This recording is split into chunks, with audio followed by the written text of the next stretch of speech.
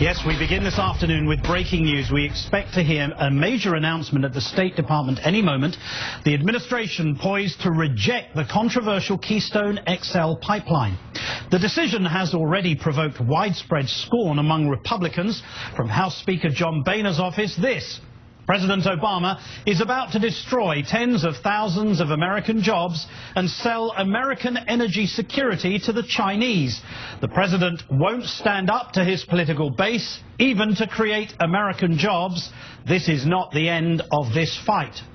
From Republican Senator Dick Lugar, the president opposing pipeline construction is not in the best interests of the United States.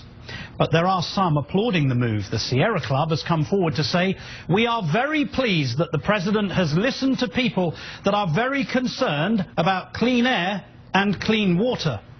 The Keystone pipeline was a signature part of last month's compromise agreement between the White House and the GOP-led Congress to extend a payroll tax extension for 2 months. Now, the White House says that 2 months is not nearly enough time for the environmental studies to be completed.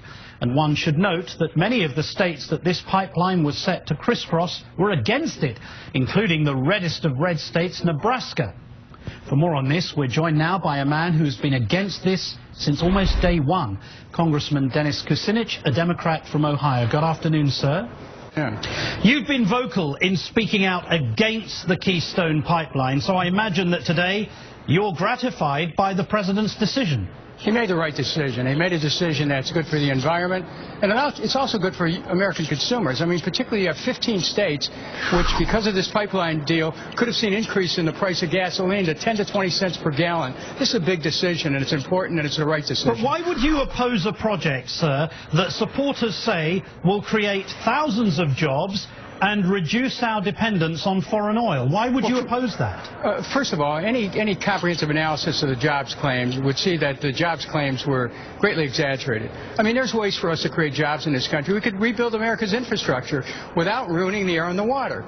Also, the idea of submitting ourselves to the mercies of the Canadian oil market needs to be looked at carefully, because what Canada said in their application for this permit that they had actually initially hidden, but it was later found out, was that they were going to bypass Midwest refineries, which would drive up the price of gasoline in the Midwest. So this wasn't good for the American people, and it wasn't good for Ohio, where I'm from, and frankly, the president made the right decision. But when we talk about the number of jobs that have been created, John Boehner, Speaker Boehner, may have been exaggerating when he talked about tens of thousands of jobs, but even the most conservative estimate puts the job creation at around 2,500 to 4,500. That's not an inconsiderable number of jobs, is it? Well, listen, jobs are important. Right. But so is the quality of air, and so is the quality of water. I mean, if you have the Ogallala Aquifer being contaminated, that also costs enormously in terms of the development of an area, the ability for an area to attract further business. We have to be aware that clean air and clean water is an investment that the American people have in quality of life, which causes people to want to live in certain areas and live in certain communities. So that cannot be discounted. Do we need job creation in this country? We do. We should rebuild America's infrastructure. That would help to make America even more environmentally proficient. Sir, you know full well that the president has proposed a jobs bill that has been roundly rejected by the Republican-dominated Congress. But Republican candidates today are responding to the news. Take a listen to former Speaker Newt Gingrich on the subject of the Keystone pipeline. This is a stunningly stupid thing to do. There's no better word for it. These people are so out of touch with reality, it's as though they were governing Mars. We need the jobs. So we know that Newt Gingrich would call the president stupid if he chose a bottle of Miller Lite instead of Bud Light, but does Newt not have a point here? First of all, he didn't offer any analysis. I think that someone running for president owes it to the American people to admit that this proposal for the Keystone pipeline would have increased gas prices in a good part of the country, and it would result in market manipulation. How? I mean, that's not fair. How would this have... Because here's the way it works. If the Canadians intended to bypass Midwest refineries, go to the Gulf, and that way they're able to drive up the price of oil in about 15 states. I mean, that's part of the game that was going on here. Look, the oil companies aren't the friend of the consumers. Everyone knows that. And the oil companies were looking to use this as an example to sock it to the American consumers, 10 to 20 cents per gallon in at least 15 states, including where I come from, Ohio. I say the president made the right decision on this. We ought to stand by him. And do we need to create jobs? Yes. But we don't create jobs at the expense of clean water, clean air, and jacking up the price of gasoline. Mr. Kucinich, you know that Rick Perry doesn't even believe that climate change is occurring. He would dispute any kind of environmental impact as a result of the Keystone pipeline. And there are many in this country who would support his position. Well, I join with Mr. Perry in praying that the air and the water be clean. But we also know from our faith that we need faith in good works, and the good works are regulation to protect the air and the water, and also government policy decisions that don't contaminate the air and the water, which, frankly, the Keystone pipeline would have done.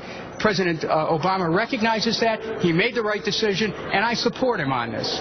What about the fact that we know that the decision by Republicans to insert this into the bill to allow the payroll tax holiday to continue for 2 months was a deliberate political maneuver? In fact, did it have anything really to do with job creation, to do with the environment? It didn't, did it? It had everything to do with politics.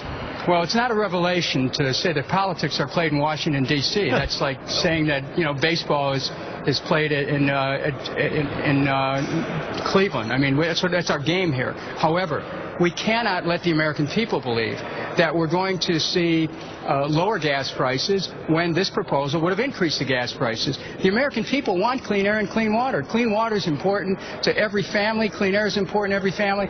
Look, it shouldn't be either or. It shouldn't be jobs or clean air, jobs or clean water, jobs or lower gasoline prices. We want lower gasoline prices. We want clean air and clean water. And frankly, I think the president took a step in that direction today. Why, sir, have Republicans been so reluctant to support projects that would create jobs in the environmental friendly area of clean air, of wind power, of other sources of energy creation? Why have Republicans been so opposed to focusing on those areas that could create jobs? We know statistically that that whole area is now increasingly rich in terms of employment.